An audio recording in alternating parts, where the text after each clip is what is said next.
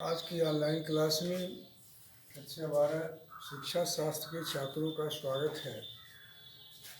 आधुनिक कालीन शिक्षा में जो ब्रिटिश कालीन शिक्षा के संबंध में इसके पूर्व में 4 एपिसोड के संबंध में चर्चा कर चुके हैं। उसी के अनुक्रम में या क्रम में कलकत्ता विश्वविद्यालय आयोग या इसे माइकल सैडलर आयोग के नाम से भी जाना जाता है, 1917 में यह कमीशन बना था। यह कमीशन कलकत्ता विश्वविद्यालय की क्षमता के आकलन के लिए बनाया गया था। वहाँ के उपकुलपति आशुतोष मुखर्जी थे। कलकत्ता विश्वविद्यालय के जो उप कुलपति जिनका नाम था आशुतोष मुखर्जी, इन्होंने तत्कालीन कलकत्ता विश्वविद्यालय में स्नातकोत्तर विभाग की स्थापना की थी और उसमें वो नवीन प्रयोग करना चाहते थे और नवीन प्रयोग करने के लिए सरकार का ध्यान वो आकृष्ट किए। सरकार ने उस पर ध्यान दिया और लीड्स विश्वविद्यालय के उपकुलपति माइकल सैडलर को उस आयोग का अध्यक्ष या चेयरमैन बनाया गया। इसीलिए कलकत्ता विश्वविद्यालय आयोग को सैडलर कमीशन के नाम से भी जाना जाता है, संबोधित किया जाता है, जो 1917 में बना था। इस रिपोर्ट में इस कमीशन ने अपने प्रतिवेदन में या रिपोर्ट में कह सकते हैं या प्रकरण में जो उल्लेख किया है, उसने कहा कि जो शिक्षा बालकों की होनी चाहिए वो 12 वर्ष तक होनी चाहिए और स्नातक वर्ग में जो नामांकन प्रवेश हो हाई स्कूल के उपरांत न होकर बल्कि इंटरमीडिएट एग्जामिनेशन उत्तीर्ण करने के बाद होना चाहिए। दूसरी बात उसने बताई कि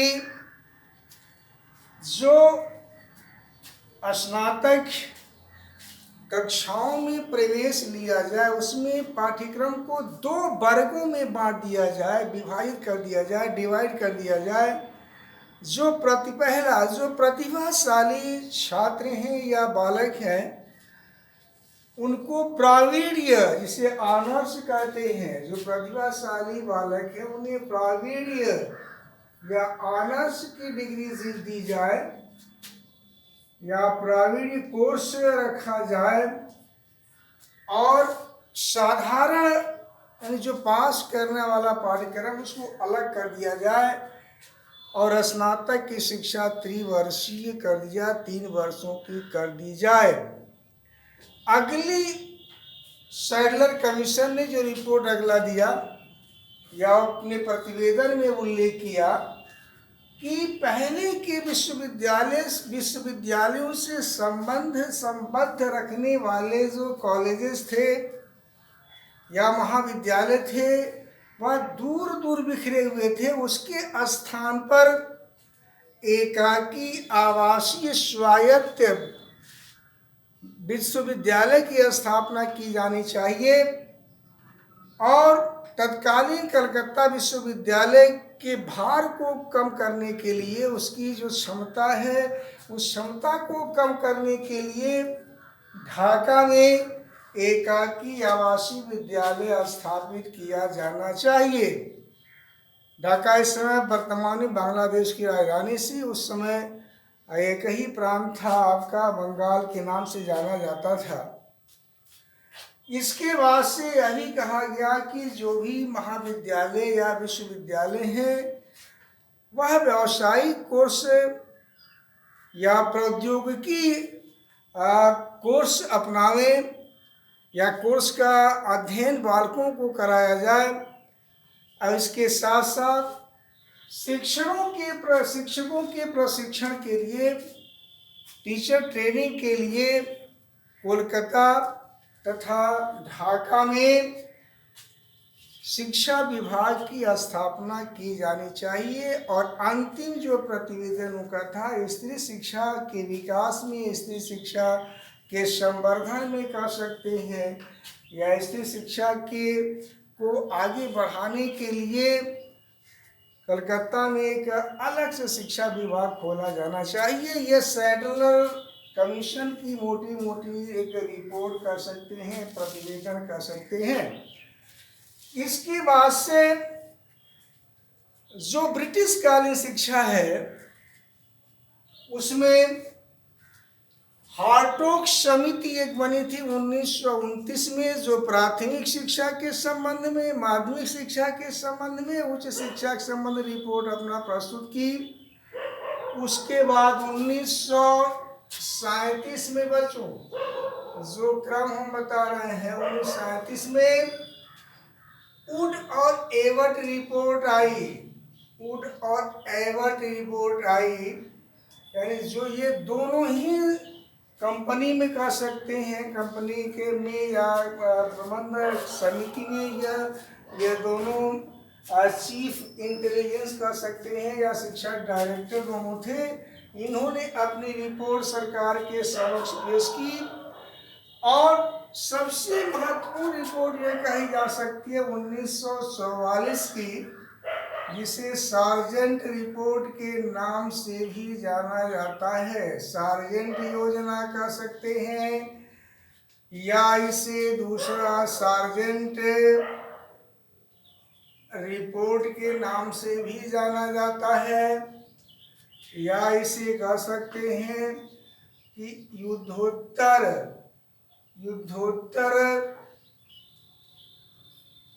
शिक्षा योजना के नाम से भी जाना जा सकता है।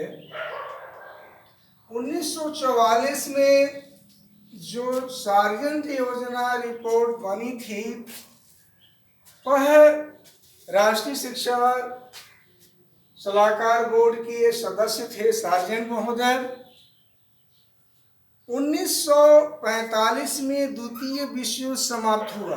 1939 से लेकर 1945 के बीच में सेकेंड वर्ल्ड वॉर हुआ। तो उसके पहले विश्व के अन्य देशों में युद्धोत्तर युद्ध के बाद की परिस्थितियां किस प्रकार होनी चाहिए, कैसी होनी चाहिए, इसके संबंध में विचार करने के लिए सभी विश्व के देशों ने विचार विमर्श किया। उसी के क्रम में शिक्षा के क्षेत्र में क्या परिवर्तन किया जाए, क्या परिवर्धन किया जाए, क्या चीज़ें अपनाई जाएं जिससे शैक्षिक जगत को ऊंचा उठाया जा सके या शिक्षा को आगे बढ़ाया जा सके। इसी के संदर्भ में सार्जेंट महोदय के नेतृत्व में सार्जेंट योजना रखी गई। इन्होंने अपने प्रतिवेदन में बहुत अहम बातें रखी थी, यानी करीब 3 से 6 वर्ष के बालकों को एक शिशु विद्यालय स्थापित करने की बात कही।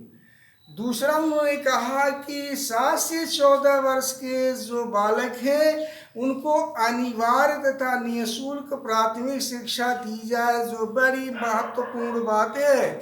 अभी 2009 में हमारी सरकार ने भारतीय संविधान में आर्टिकल 21 में ए परंतु जोड़ा है, क परंतु जोड़कर शिक्षा को मौलिक अधिकार बनाया है।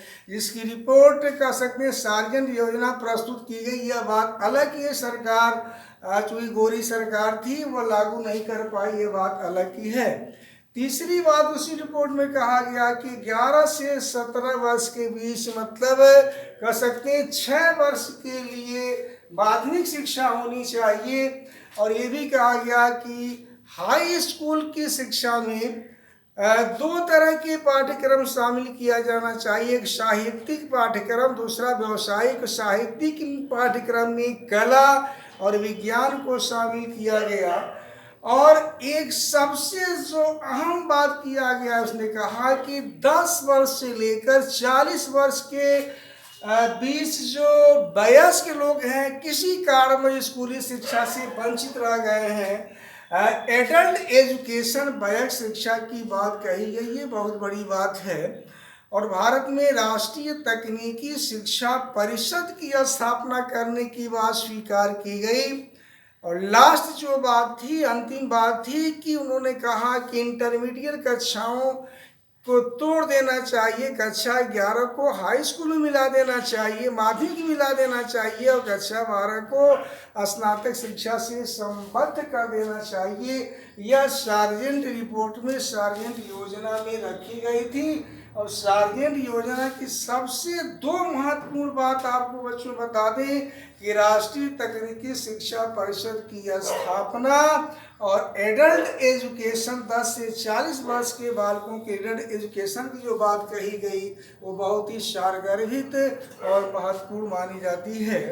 तो आज के ऑनलाइन क्लास में बच्चों बस इतना। इसके बाद से इस लेसन का अंतिम जो भाग है वो कल आपके ऑनलाइन क्लास में बताया जाएगा कि ब्रिटिश कालीन शिक्षा, या जिसे आधुनिक कालीन शिक्षा भी कहते हैं, जिसे स्वतंत्रता पूर्व शिक्षा भी कहते हैं, उसका इवैल्यूएट क्या मूल्यांकन किया जाए निष्पक्ष तरीके, क्या उसका लाभ था, क्या उसकी हानियाँ थी, इसके संबंध में चर्चा की जाएगी। धन्यवाद।